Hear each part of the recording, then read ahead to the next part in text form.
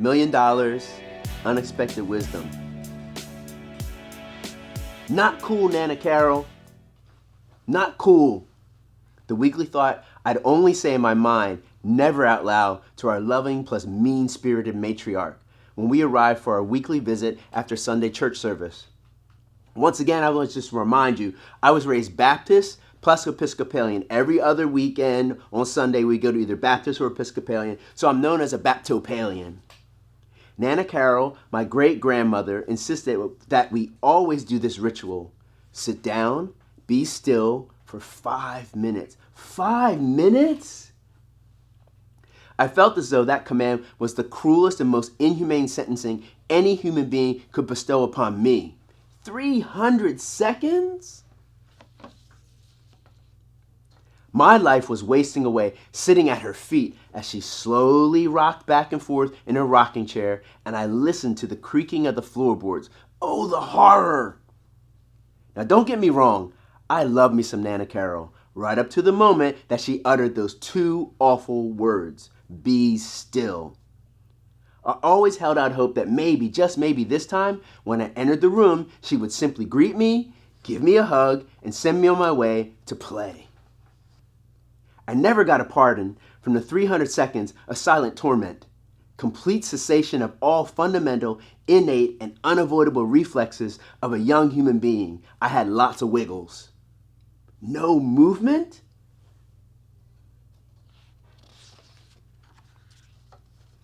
It's good to see you boys again, Nana Carroll would say in her all sweet and devilishly kind voice. Now, before you go out to play, I need you to be still for 5 minutes. I always surrendered to her command, just like a good grandson. 300 seconds. It always seemed to take me just a bit longer than my brothers to settle down, and Nana would simply touch my head or my shoulder with one of her hands to assist me in slowing down. 245 seconds. A few more squirms, a few more fits of fidgeting, and then the silence. 215 seconds and counting. I always noticed that I could see all sorts of things with my ears when I was still. Everything going on in the room and beyond it could be seen. The floorboards straining to support all of us in the tiny room.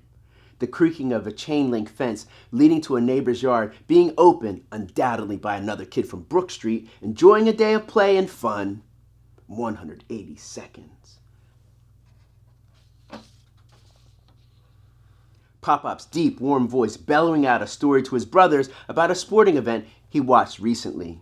I could smell coffee wafting through the cracks in the wood floor. I could hear my brother's stomach growling like an alley cat, but I dared not laugh out loud for fear of having to restart our 5-minute sentence. 165 seconds and counting. I could hear the kids outside having a great time without me.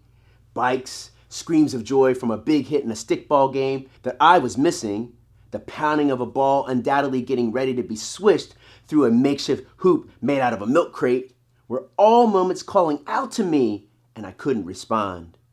120 seconds of stillness left to bear.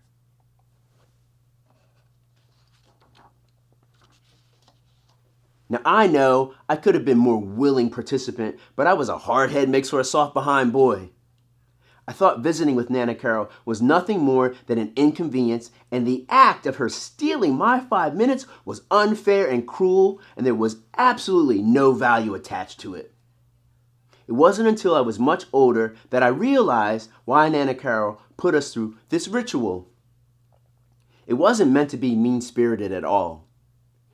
She was sharing a very sacred and common practice from her Native American roots that she felt would benefit us once we gained more life experience. She was passing on a true gift, the art and power of being in the moment, being present, and taking in all that is going on, not being distracted by other things, so much so that you miss an opportunity to discover something new and wondrous. Gaining awareness of how precious the seconds are every day and to value and maximize them. So that's the lesson. Be where your feet are. Be still. Welcome to Cataglyphs. Life catalyzed plus unexpected wisdom.